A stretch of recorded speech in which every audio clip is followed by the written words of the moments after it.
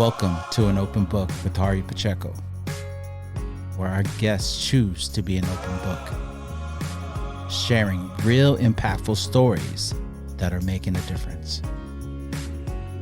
Welcome to the show. Welcome to another episode of Open Book with Harry Pacheco. We are so blessed. We have just an amazing guest today.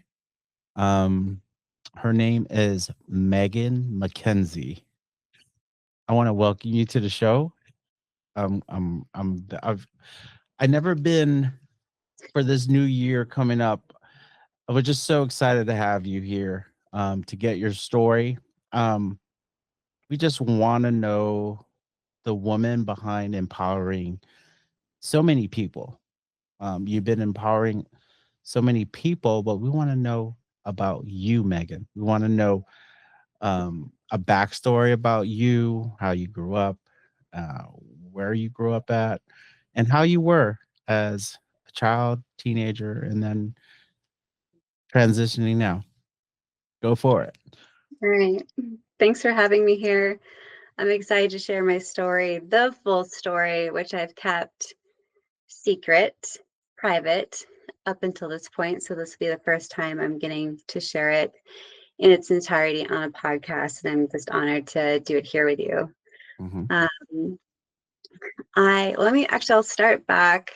My mother, when she became pregnant with me, won the lottery, the mega bucks. It was, I don't even remember. It was probably like 3 or 4, 5 something $1 million back in the 80s. Whoa. And I was born the $1 million baby. Wow. And I remember I had the most ideal childhood. Like my parents were so loving and doting. I remember growing up and they'd set a bubble bath and they'd hand me little tiny shrimp in butter with a toothpick. Like Wow. just so loved and cared for. Mm-hmm.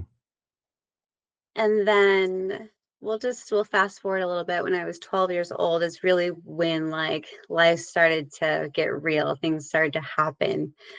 That's when my father first passed away. So both my parents passed away of suicide. Okay. And at 12, my mom sat me down and she told me what happened. And that's when like all of my innocence of the world shattered. Yeah. Because you don't know. When people are in that state, they do their best to hide it. So I had no idea my dad was suffering the way he was. I didn't know that life was that bad enough that people would want to leave it in that way. Yeah. Right. So it really opened my eyes. But what really changed the trajectory of my life at 12 was this cocktail that I was so fortunate to have. So yes, my father passed away tragically, but I had a woman step in and she taught me this old ancient healing modality. And at the time it was so misunderstood that the school had shut it down because they thought it was witchcraft. But today we know it as Reiki. So now I just feel kind of old. Times have changed. And then simultaneously, my cousin stepped in and he's so intelligent. He fed me things like Shakespeare and Leonardo da Vinci and taught me things like black holes and sacred geometry. And he got me asking questions. I started to question the world around me and myself in the world. So I had this influence like, yes, there is darkness and suffering and challenging moments in the world, but oh wait, there's also great opportunity for healing and growth. And I was asking deeper and better questions at such young age. Like girls my age at that time were like trying to get their hands on 17 magazine and Cosmo. I was reading Psychology Today and Scientific America. Right. Yeah. Where would you like me to go from here? So I'm very intrigued. You talked so You talked a little bit about how um, your parents passing. Um, so did they? What happened to you after? Were you now adopted with an with like your mom's side, your dad's side? So my father passed when I was 12 years old, and then a little Mhm. bit later, when I was 21 and pregnant, Uh-huh. did my mom pass. Oh, okay. So yeah. So everything. Okay. Okay. Um. Now I'm very intrigued. First of all, um, sorry for your loss for both parents, by the way. Um, but it seems like it made you who you are today, and it seems like you're just your energy. I feel like you're a healer. I feel like you have been healed, but you're also, I think you're channeling that with helping other people deal with their own trauma or deal with their own, whatever they're going on with their life. Um, I seen a lot of your reels, and it's very empowering. I believe you empower people, and I feel that that's what you do. Can you tell us a little bit how you got into that space? Yes. So, like I said, my eyes and my heart were both opened at such a young age. I Mhm, was primed to look at things maybe a little differently than most people at my age, at that age, right? mhm. So I carried these healing. So Reiki just opened up the door wide open for me. I would just pick up any self-help book, any personal development healing modality that I could get my hands on. And then at 21, when my mom passed was when I realized, like, oh, I can't just consume the information. I have to actually put it into practice if I Mhm. want to live a life that is fulfilled enough where I don't want to leave it by my own hand, right? Yeah. Yeah, absolutely. And eventually I got to the point where I realized, and I didn't say this out loud for a long time because I felt like such a weirdo, like people weren't going to get what I'm about to say, Mhm. is I started to feel like my parents' tragedy ultimately became one of the greatest gifts of my life because it it how much that impacted me in a positive way where it opened up my eyes and my heart to realizing just how precious life is. Like it felt like Yeah, they gave me a second chance at life. And like that is the greatest gift anybody could ever give anyone, but unbeknownst absolutely. to them in a backwards kind of way. Yeah. Um, what did you do before that? Before the empowerment? Because um I feel like you're great at a lot of things that you put your mind to. You froze there for a second. Was there a Oh, question? yeah. Um, what what um what I'm saying is, tell us about like your business, Hmm. what you do. How do you empower people? Yeah. Who do you choose? How do we get to know you? How do we reach out to you and to be able to say, "Hey, I want to be able to be empowered by you, to be coached by you." Yeah. I like to hang out on Instagram, guys. Mhm. Um, and my wheelhouse is Mhm. post-traumatic growth. So what I've learned, like in my bones, what I know is true is that we can grow exponentially Yeah. because of the very thing that we went through. Like that becomes fertile ground for you to examine yourself and the situation and extract the blessings, the wisdom, the lessons learned. There's Yeah. a lining, there's gold in there for you if you know how to look for it. So that's what I do is I help people go like through hard times, either they're in it or they've experienced it and it's that like the difficulty, the heaviness is still lingering and still affecting them. And then we just take off. And my favorite modality or tool that I like to use is breath work. Yeah. It's just it's I like to say it packs a punch and it delivers on its promise. Um, I used to do martial arts, specifically um a jiu-jitsu and things of that nature. One of the things they are teaching us is how to breathe. Hmm. And I never felt so alive. I was like, why am I not doing this more?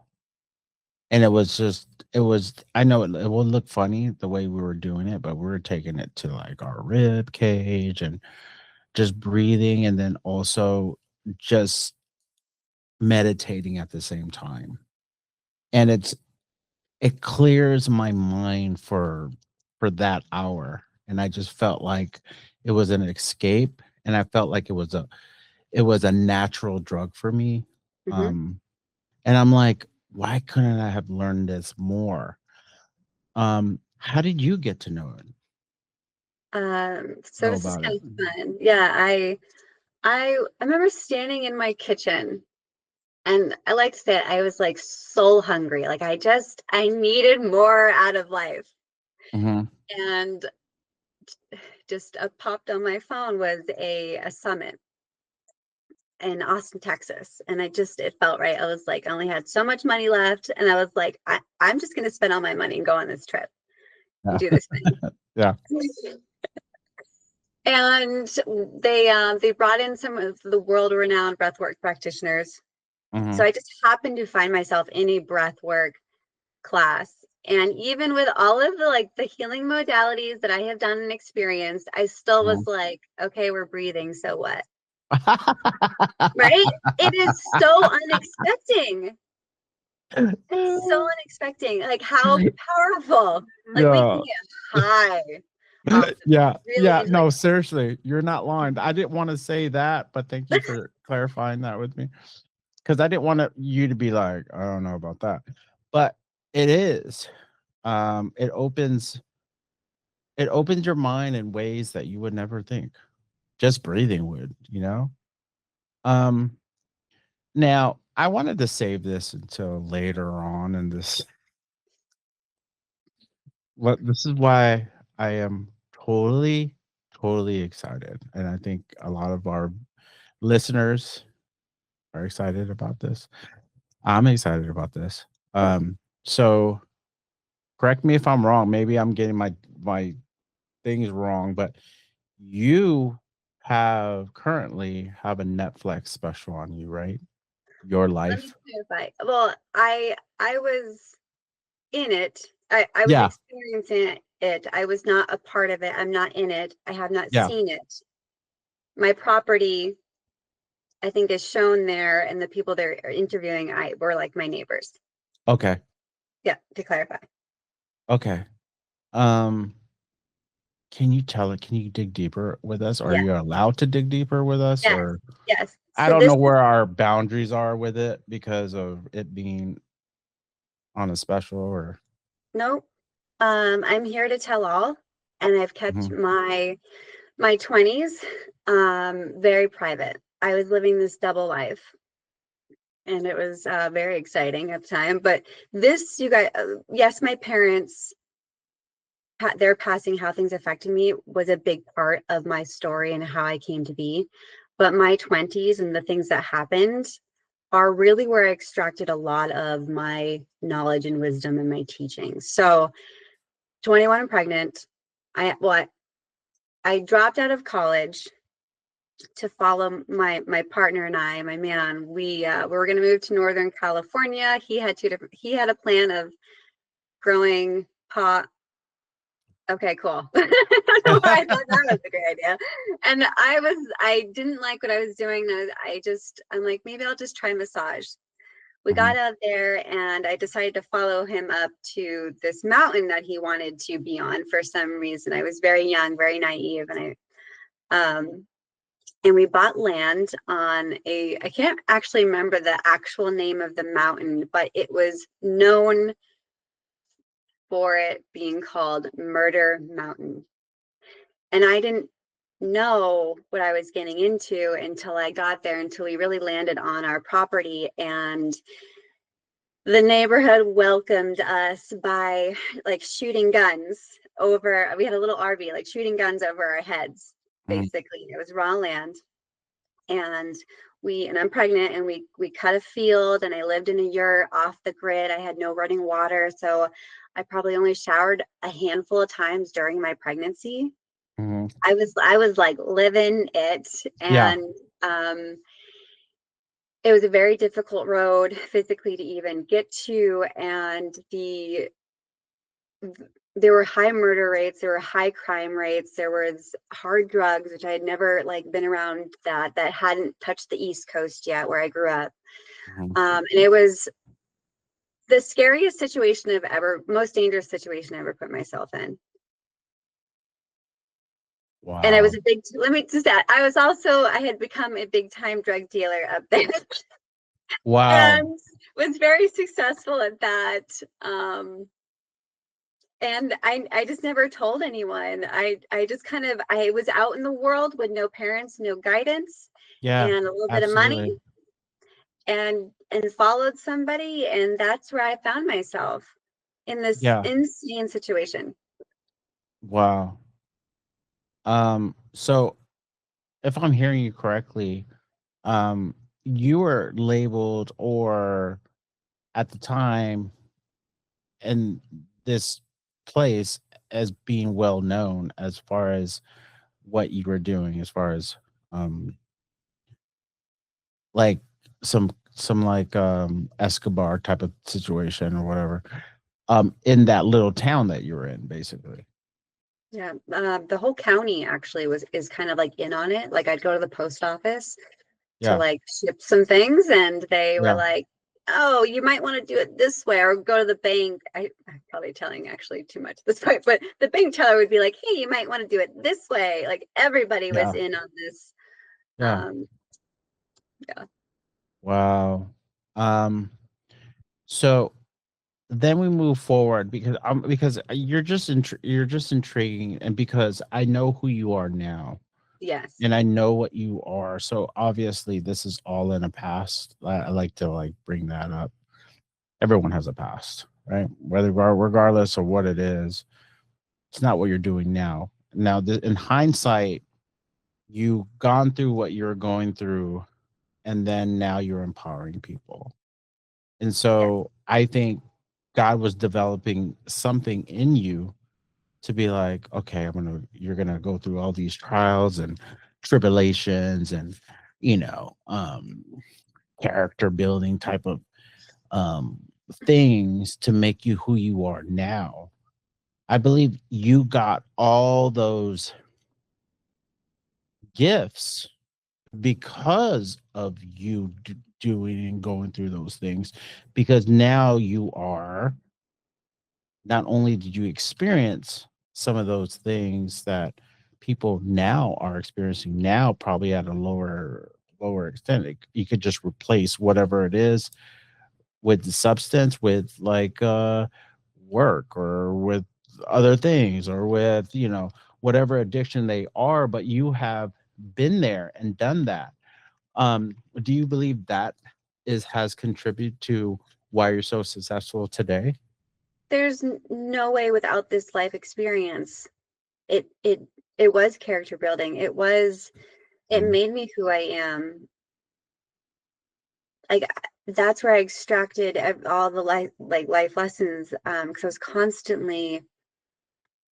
I heard a quote the other day that said, "Experience without examination is worthless." Mhm. I learned my intuition there on that mountain. I learned just how brave and gritty I can be. Mhm. So I didn't know these sides of me existed until I was put in these experiences. Did I get to find out just what I was made of? And And it, that's what I take for people and teach from. well, you could tell the strength of you by your aura, you know? Yeah, some people just be like, okay, she's gone through some things, but I think that she was enlightened. There's a lot of enlightenment there as far as your energy goes. Um, you were also not only on this journey, not only were there was the substance part, but also there's a lifestyle part also. Would you like to share about that? Yep. So I had my baby and things just got so crazy around me. I was sober. I was never like into the hard drugs or anything like that, just to Mm. clarify. Yeah. Um, and there were guns, there were guard dogs. It was just, I was like, this is not safe. And I have a baby. And I had enough of like trying to protect her in a way that I shouldn't have to protect her. So Mhm. I packed one bag and Yeah. my baby, and I left everything. I left my land, I left my house, I left my belongings, I left my Wow. and I got the hell out of there. And I came home and I sat there on the couch with my beautiful little baby running around. I feel like I sat there for like 2 days straight, just trying to figure out like what am I going to do? How am I going Yeah. to support my baby, feed her, pay the bills, take care of myself? All along, and I still had a dream to create some sort of like healing practice life coaching. I don't know what it Yeah. was at the time, but I was like, I knew I had two Mhm. non-negotiables. I was going to spend time with my little girl, and I wasn't going to like go to a 9 to 5 that was going to suck my soul out, barely pay the bills, barely be there for my girl, and not have time, energy to create this business, whatever it was that meant something to me. I didn't know what I was going to do, but I knew I was going to do something important that I was very passionate about.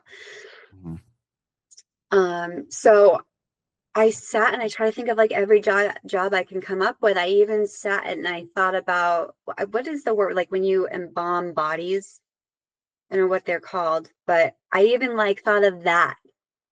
I was Oh, just okay. trying to come up with an equation where the money, the time fit for all of my needs and my non-negotiables. And then I kind of came to the realization, I was like, well, what do I have? Like I had my come to Jesus moment in like a dark, shadowy kind of way. I was like, what do I Mhm. have that people are willing to pay for? I had my looks and I Mhm. had my moves. Yeah. So I got into the sex industry business, and that's where I learned my boundaries. I learned how to say no. And I got to express a side of me that also wanted to come out. Like that part of that sensual self that women have wasn't shamed, although Yeah. it was being expressed in kind of those darker realms, right? Yeah. So I got to explore that side of me too, which I help women with as well. Mhm. Um, and I was very successful in that venture as well. And so it's like living this double life. But I was working on this like life coaching healing business. I didn't know what it was, but I was just gathering information. I was gathering certifications. I was practicing. I was paying attention. I was asking the right questions. And I was like Mhm. slowly but surely, I felt like I was crawling on bloody knees. I was not going to give up on this dream Mhm. of finding a passion of mine. Yeah. And the more I just kept going and creating this, what is now the Connected Woman Yeah. business, the more my past became my past. Yeah. Absolutely. Absolutely. Um, there's a saying, right? Um, if it weren't for people's past lives and things of that nature, it won't have that mold about your character. You want to have be able to mold your character in such a way where um in some ways you're like enlightened about even how dark a situation may have been in hindsight with other people, or what they would, quote or unquote say, okay, that's that's totally, I don't know if you're going to get out of that, but you're a proven fact that you did. um you are now a successful empowerment coach. um I want to fast forward to Yeah. I like getting people's backstory and then see the enlightened part and see how now you're empowering people. When you empower somebody, you see them drastically change from where they were to now. Does that give you fulfillment in a way where you're like, okay, I was born to do this? I absolutely love my job more than anything in the entire world. That is Yeah, one of the greatest blessings of, like, I'm getting emotional that I have a career, a job, a passion, a mission that is yeah, so fulfilling that helps serve and change people's lives. yeah. I couldn't have asked for anything better. You're like a doctor of the mind, the body, the soul, the spirit. Do you agree with that? Or Yeah, thank you. I mean, I didn't get here by reading anything, or I didn't get a degree, a certification, or like some sort of degree by like reading a bunch of books. Like, yes, I've read the books and they're great books and they've helped, but that's not Mhm. where my teachings and my understandings and my knowledge and my wisdom derived from. Yeah, It's a real life experience that I know and understand, that it's not yeah, what happens to you, it's what you do with it that matters, that counts. yeah. Um, if you had in so many words to talk about your business right now and why is if where do you have to be at to really see yourself to be like, I need to call Megan as soon as possible. I need to connect with this woman to help me get out of this rut or empower me in such a way where I could be a better CEO, empower me in such a way where I could be a better dad, empower me so I could be a better role model, or whatever it is. It's probably a vast number of people and identities you deal with on a day to day. Am I correct? Mhm. So, what can they do if they're listening and watching us right now, mostly listening? What can they do? Megan, give us some solid gold right now. What can they do first for themselves? But how could they come about contacting you? What's the first step of doing it? I know you don't have your phone number uh on the yellow pages or whatever it is. So what is the first step on contacting you? How do we get to be a client of Megan Mackenzie? Yes. You can, like I said, find me on Instagram. That's where I like to hang out. Or my website. I'm sure there'll be a link posted at Yeah. Yep. meganmac.com. But I would start with actually doing absolutely nothing. I would just stop with the numbing, with the distraction. You Yeah. need to sit Yeah. and just stop for a minute and feel and acknowledge truly where you are at. Just stop. And then, and it's going to be uncomfortable. You're not going to like it. You're going to be like, Yeah. you're probably not even going to do it. And that's why people hire me, right? It's because I help them do the thing that they know they should be doing or whatever. But just stop and pause and just sit. Like, we're not even Mhm. meditating. Yeah. Like, I just sit on the damn couch for a minute, take a breath, right? We're told to do all these things, think all these things. You just need to like time out, be I like present, that. take a breath, and then start asking yourself questions. See what comes up. Get curious about what you feel and what you Yeah. think, and start to follow that.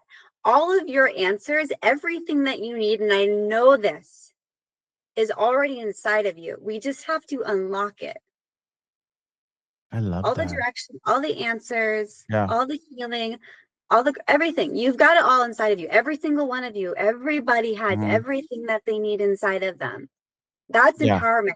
It's helping you recognize that, own it, and pull it out. Make it real. Make it true. Make it be seen. Right. I love that. I love that.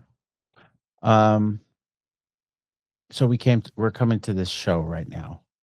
where I ask you 4 things that you're grateful for. But you can't repeat them, and you can't say family like more than once.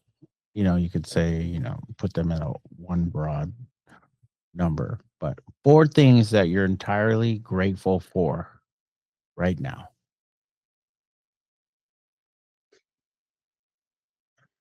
I'm grateful for, oh, my heart, I'm getting emotional, for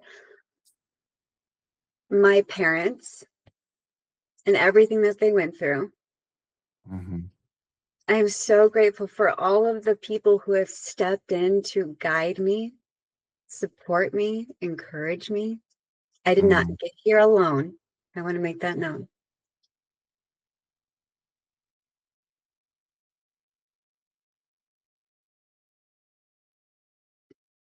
I know this is kind of grouping into family, but I'm grateful for my children, because I probably wouldn't have tried so hard. Yeah, I know what you're saying. Yeah, Yeah. that was deep. Yeah. And I'm grateful for living, this is probably a little woo here, but living in the woods. There's something about when I can step into nature, Mhm. everything just makes sense. Everything makes sense because the world that we're born into, the one that we have created Mhm. collectively, is a little crazy. Despite, I think human beings are beautiful and hold exponential power and are so capable, but we are missing a mark there. But Yeah. nature is where I feel the most sane and the most connected to myself and the world around me. Mhm. That's what I got for you. Um, Obviously, you're all about empowerment. I want you to think right now, offhand, if you can empower an organization or a person that has affected you in your life, or you're just very, um, you hold deep regard about this, or an organization or a person or a mentor, that you want to shout them out right now and give them some light, who would that what would that be? Yeah, wow, I'm getting the most emotional here. Is my cousin Keith. That's when he stepped in and he gave me a brain, because I know I would have just been whatever people would have told me I am. Yeah. And I would have just lived a life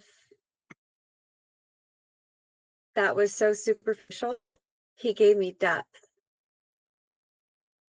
He gave me the ability to think and question and live this life on my own terms.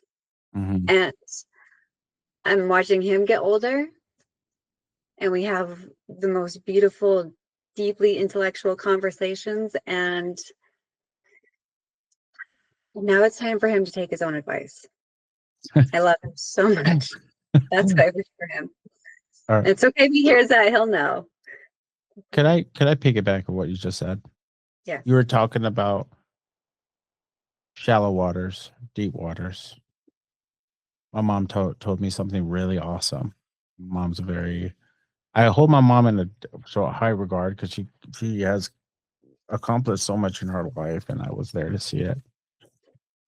Um, but one of her advices was, she's always stick with deep water. And I go, because it gets interesting more that you dive in to anything you do, right? You could dive in work, dive into a relationship. It gets more interesting, and that interest it gets deeper and deeper where there's depth. You stick with, if you go to the shallow waters, all of it's seen. It's seen all on the surface. Your relationships tend to stay surfacey. Your job is tend to be just a surface job where you're just not interested, but you just go. There's no interest. So it's surfacey. That was probably the best advice I have ever been given. So you kind of triggered me as you said that. And I'm like, yeah. So your cousin Keith was telling you some solid advice. I want to give shots out to Keith um, for being there for you. But like she said, you got to follow your own advice. I don't know you, Keith, but you sound like a great person. But but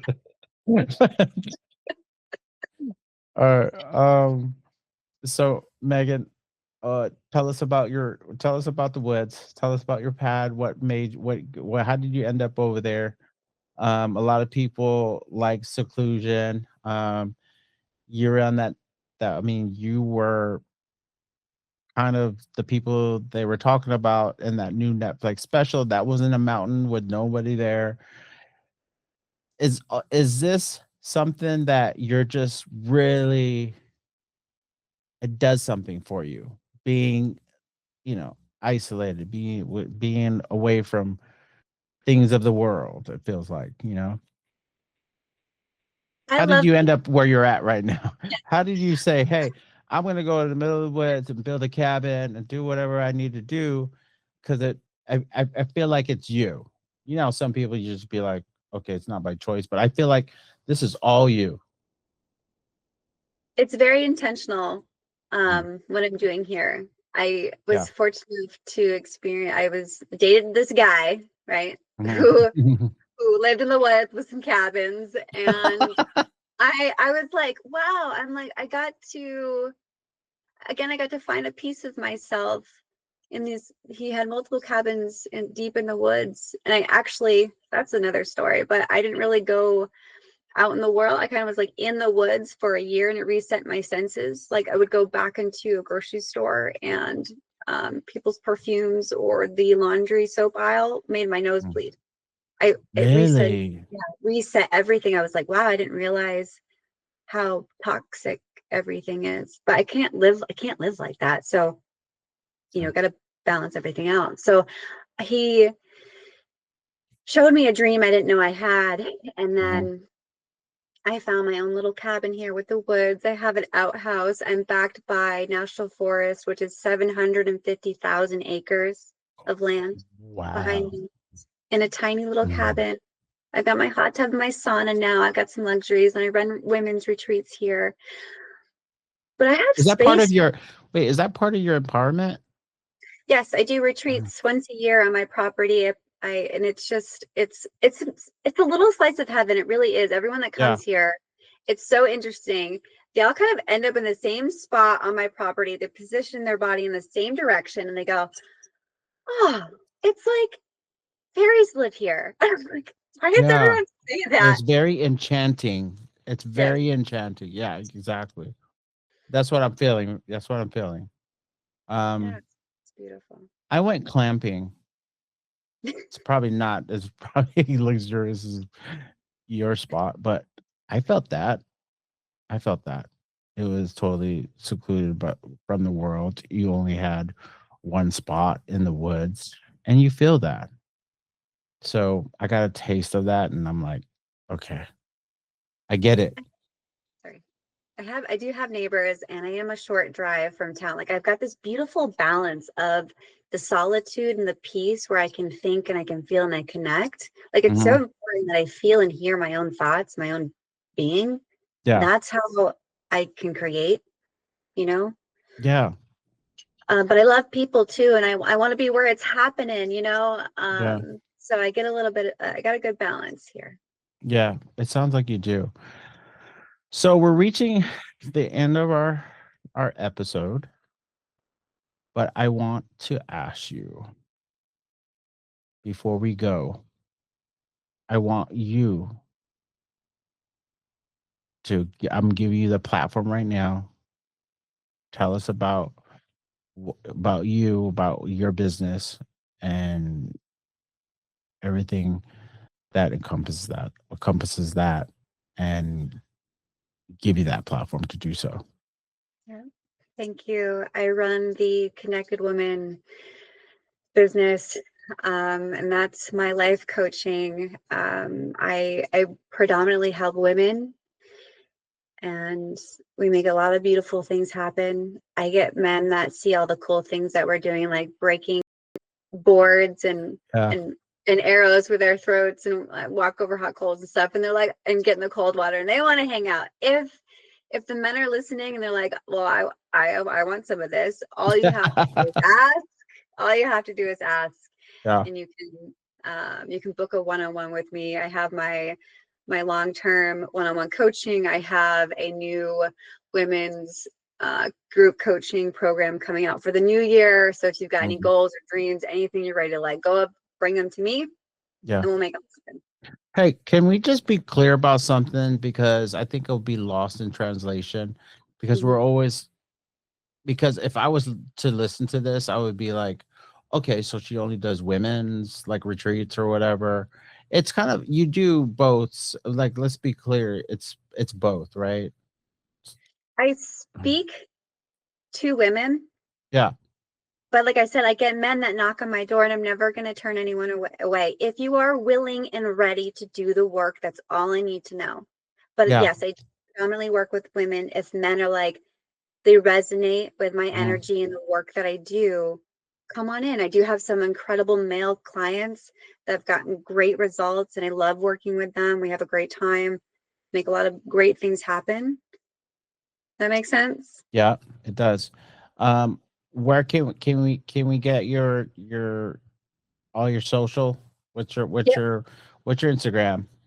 Instagram is the period connected period woman, the connected Mhm. woman on Instagram. Okay, that's going to Facebook. be on the bottom of this episode. Um, and then anybody can follow you also at Facebook, right? As well. Yep. Facebook's a little bit more intimate. You can find me at Megan Mackenzie there on Facebook, and you can go to my website at Megan Mac MAC, Megan Mhm. MEGAN Mac MAC.com for more information. All the good stuff is there. Okay, so I always like to, before we end the episode, I like to talk about our guests and what I have experienced with them. So we're closing out another episode with Open Book with Harry Pacheco, with Megan Mackenzie. Um, First off, I want to say it's amazing how you're up here, just being really, I want to say, vulnerable, right? That's a great word, being vulnerable, because a lot of people don't have the courage, or are just plain, um, don't want to be, don't want to open up by certain things. I think that you're courageous for doing so.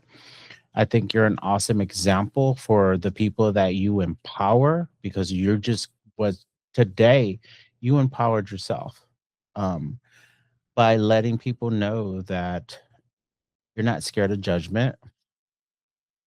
You're not scared of being open. And that's what you do, is is letting your clients, or letting your clan of people that really look up to you and say, hey, I do the same thing. I open up, I'm vulnerable, I empower myself. I So there's just this incredible courageous thing you did today for us, by not feeling that you're going to get judged, because you're so successful now, up in your space. And I feel like, uh, for you to be open with those things, um, from the Netflix special that was, um, you know, that had you basically your life that was in there, that you're able to talk about those things. And I just feel like when someone does that in that magnitude, I only could have the utmost respect for that person. So I'm just so grateful that and honored that you're here to be vulnerable with us. Um, I really commend you on what you're doing for the world.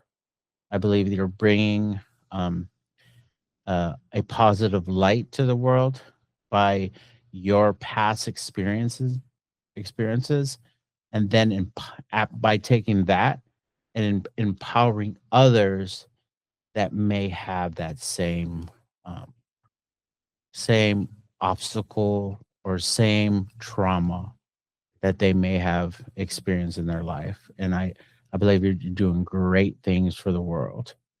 We could only talk about what you have been in your past, but obviously you don't live looking at the rearview mirror.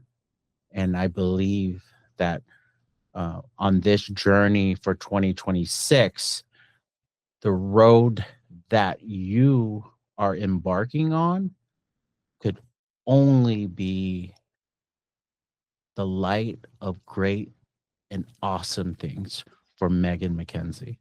So I just want to thank you for being here. Thank you for your time. You're just an awesome person. Continue doing what you do. And we're so, so blessed to have you as a guest. Thank you so much. Thank you. So this ends another episode of Open Book with Harry Pacheco. All right. All right, Megan, you did awesome. Sorry about the technical difficulties. I'm sorry. I felt like that was like on my end, but I'm glad we sorted it out. Yeah, and we made it happen. We made it happen. I seen that you were doing that. I'm sorry, Trent is he was still in a current meeting that he's getting a pilot done for a show. And so he's doing that with some production company or whatever. But anyways, I think you're awesome. I think when I get this done, we created listeners on Spotify, Apple Music. We're on YouTube, but that's just for clipping and clips, and we'll make them really awesome. We're gonna send all those to you when we do the viewership, and then make them cool, and then send you all the links to those. We're 26 currently companies, but the 3 that I mentioned are the popular ones: Spotify, iHeartRadio, and Apple Music.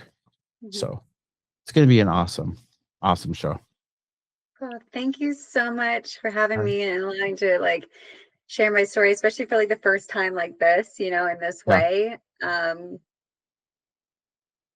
Yeah, thanks. It wasn't easy, but it's new territory. It's fun. It's good. I appreciate it. All right. Thank you for your time. Yeah. We'll keep in touch, Megan. Okay. Okay. All right. Bye. Bye. Thank you for listening to another episode of Open Book with Harry Pacheco. Be sure to like, share, follow, subscribe, and leave us a 5-star review. We'll see you on the next one.